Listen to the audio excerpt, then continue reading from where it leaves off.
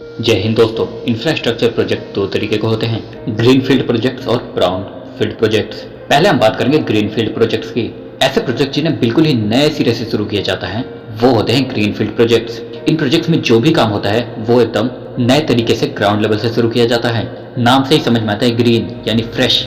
वैसी जमीन जहाँ पे अभी कोई भी डेवलपमेंट नहीं हुई, वहाँ पे अगर कोई भी चीज़ की शुरुआत होती है यानी किसी भी प्रोजेक्ट की, उन्हें ग्रीनफील्ड प्रोजेक्ट्स का नाम दिया जाता है। अगर हम ग्रीनफील्ड प्रोजेक्ट्स के एग्जांपल की बात करें तो साल 2007 में मर्सिडीज बेंज ने इंडिया में अपनी पकड़ को स्ट्रॉन्ग करने के लिए पुणे महाराष्ट्र के पास में एक 100 एकड़ की जमीन खरीदी ताकि इंडिया में वो एक नई मैन्युफैक्चरिंग यूनिट सेटअप कर पाए। और उस समय उन्होंने जो जमीन सेलेक्ट की वो बिल्कुल ही unused undeveloped lot of land था और शहर से भी वो अनकनेक्टेड था, जहाँ पे कोई यूटिलिटीज भी नहीं थी, बिजली पानी ये सारी चीजें भी नहीं थी वहाँ पे। और यहाँ पे उसे डेवलप किया गया और ये उस समय का इंडिया का फास्टेस्ट ग्रीन फील्ड लोकेशन माना गया था, जहाँ पे देश का one of the fastest CKD plants जो कंपनी नॉकडाउन यूनिट्स के द्वारा बनाया गया कार प्लांट बनाया गया था। अब हम बात करते हैं ग्राउंड फील्ड प्रोजेक्ट्स की।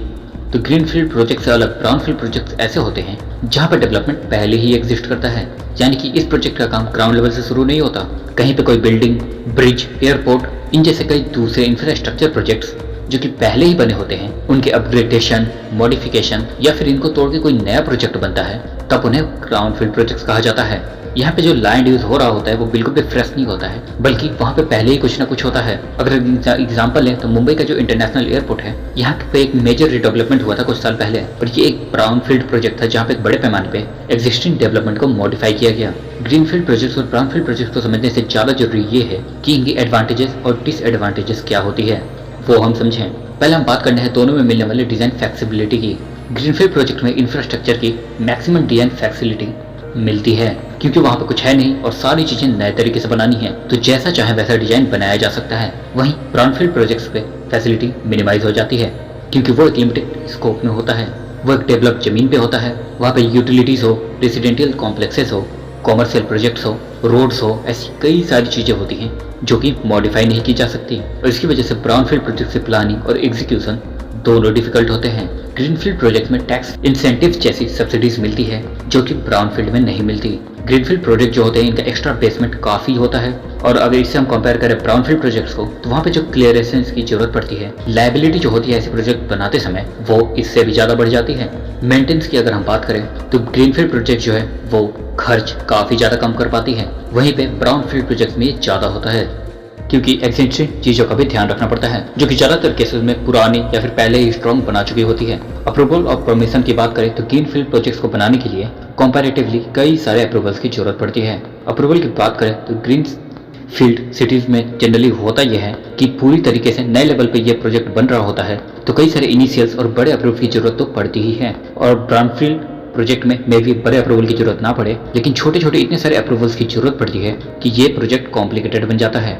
अगर हम बात करें इन्वायरमेंटल कंसर्न्स की तो ग्रीन फील्ड प्रोजेक्ट जो कि एक फ्रेश और अंडर डेवलप्ड लैंड पे होता है तो ये कहीं ना कहीं पे अर्बनाइजेशन ले आता है, चाहे वो एग्रीकल्चरल लैंड हो या फिर किसी फ्री जोन का लैंड हो, किसी ग्रीजिंग ग्राउंड का जमीन हो। इन चीज़ों के नीचे इन्वायरमेंटल ग्रीन फील्ड प्रोजेक्ट्स ज़्यादातर नेगेटिव इम्पैक्ट ले आते हैं, लेकिन ब्राउन फील्ड के अंदर काइंड ऑफ आप कह सकते हैं कि वहाँ पे रीयूज की तकनीक इस्तेमाल होती है जिसका इनका कंपैरेटिवली इन्वायरमेंटल कॉस्ट कम होता है।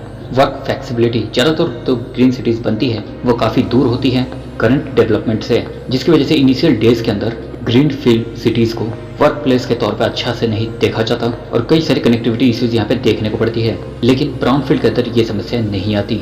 देश में आज के वक्त में कई सारे प्रोजेक्ट जो है वो ग्रीन फील्ड के तौर पर बनाए जा रहे हैं। कई एक्सप्रेसवेज, कई सारे इंडस्ट्रियल पार्क्स, कई सिटीज़ तक हमारे देश में ग्रीन फील्ड बन गई हैं।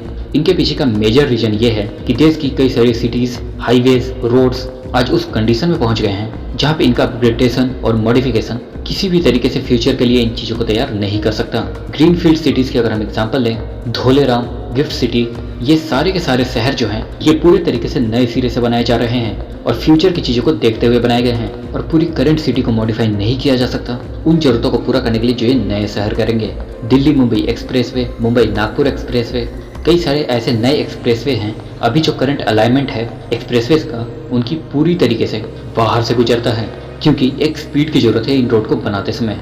अभी करंट सिटीज़ के समय लैंड एक्विजिशन बहुत महंगा हो गया है, बहुत ज़्यादा बॉटलनेस का यहाँ पे सामना इन्हें करना पड़ेगा, जिसकी वजह से कई बार जब बहुत बड़ा कॉम्प्लिकेटेड और काफ़ी एक्सपेंसिव प्रोजेक्ट बनाना होता है, तो आज के डेट में भारत में ग्रीन फील्ड को बेहतर माना जाता है ब्राउन फील्ड के कंपैरिजन में। और ये बात समझना जरूरी है कि अपने अपने प्रोजेक्ट्स अपने अपने एडवांटेजेस और डिसएडवांटेजेस लेके आते हैं। तो आई थिंक आपको ये वीडियो नॉलेजेबल भी लगा होगा, इंटरेस्टिंग भी लगा होगा। तो मिलेंगे अगले इंटरेस्टिंग और नॉलेजेबल वीडियो के साथ, तब तक के लिए जय